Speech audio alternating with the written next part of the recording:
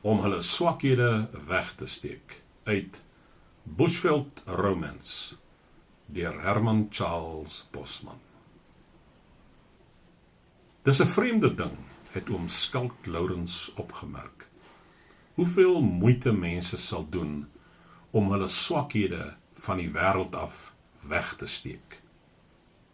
Dikwels natuurlik is dit glad nie eers swakhede nie.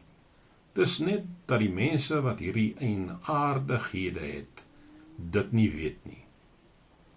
Nog iets wat hulle nie weet nie, is dat die wêreld die hele tyd bewus is van die dinge wat hulle dink hulle wegsteek. Ek onthou 'n storie wat my oupa lief was om te vertel, oor iets wat gebeur het toe hy 'n seentjie was. Natuurlik was dit lank gelede. Dit was voor die groot trek. Maar dit lyk of daar selfs in daardie dae baie probleme tussen die boere en die Engelse was.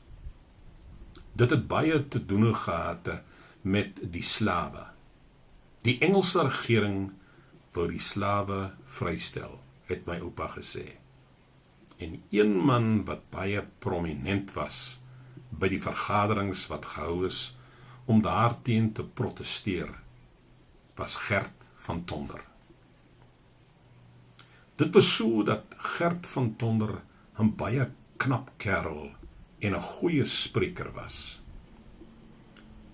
En hy was dan ook op sy allerbeste wanneer hy oor 'n saak gepraat het waarvan hy niks geweet het nie. Dan het hy baie hard gepraat.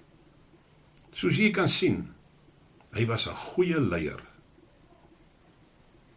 En so, toe die slawe vrygestel is en 'n manifesto opgetrek is om aan die koning van Engeland gestuur te word, het die boere van Graaf Reinet dit eers na Gert van Tonder toegeneem vir sy handtekening.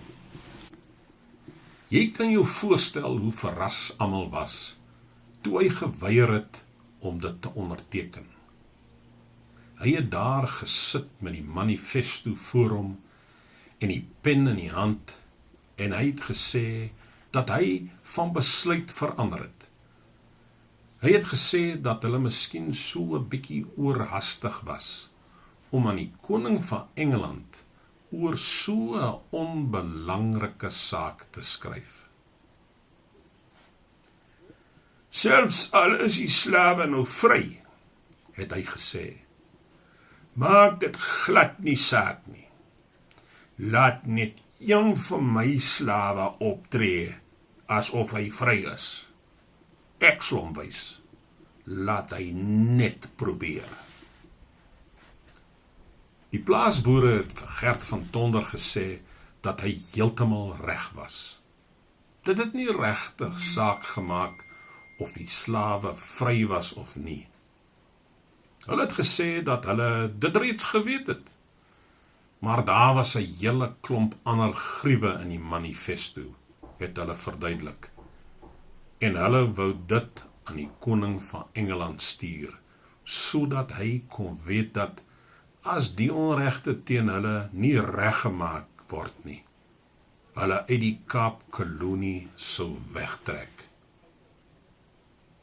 My oupa het altyd gesê dat almal nog meer verbaas was toe Gert van Tonder die pen neergesit het, heel ferm en beslis en aan die boere gesê het dat hulle maar kon trek reg tot aan die ander kant van Afrika, vir al wat hy omgee.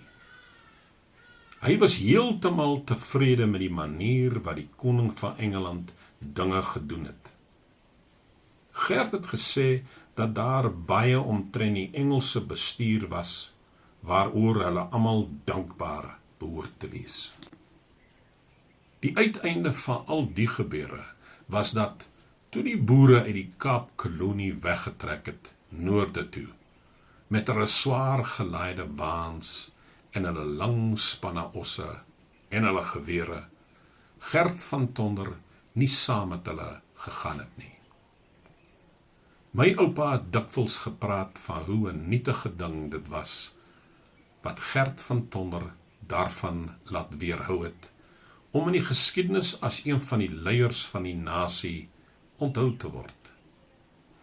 Dit was alles as gevolg van een swakheid van hom.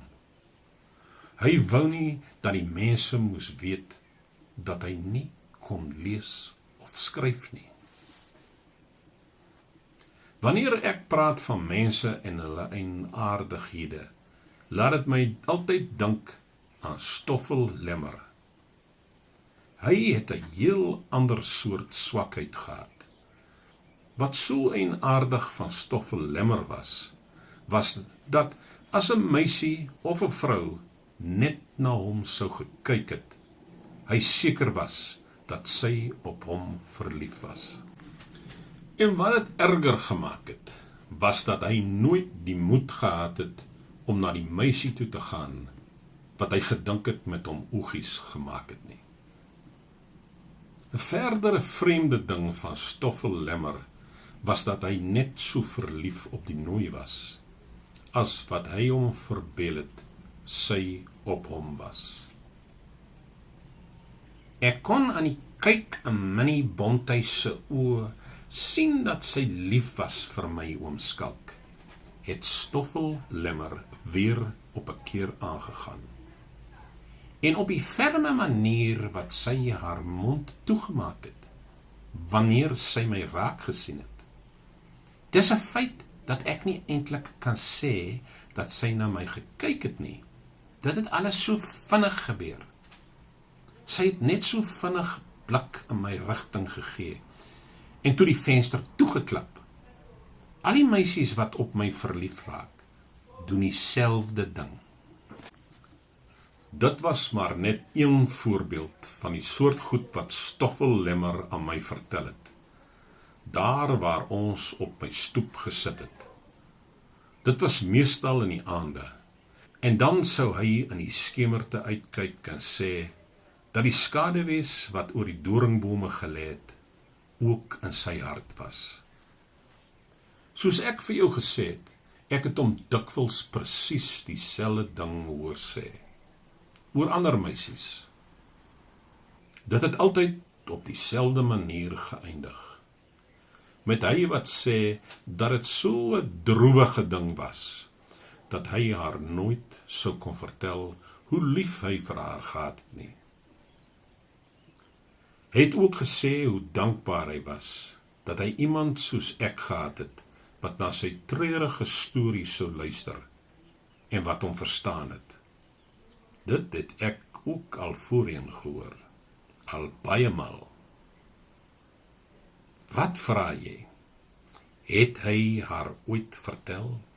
Wel, ek weet nie.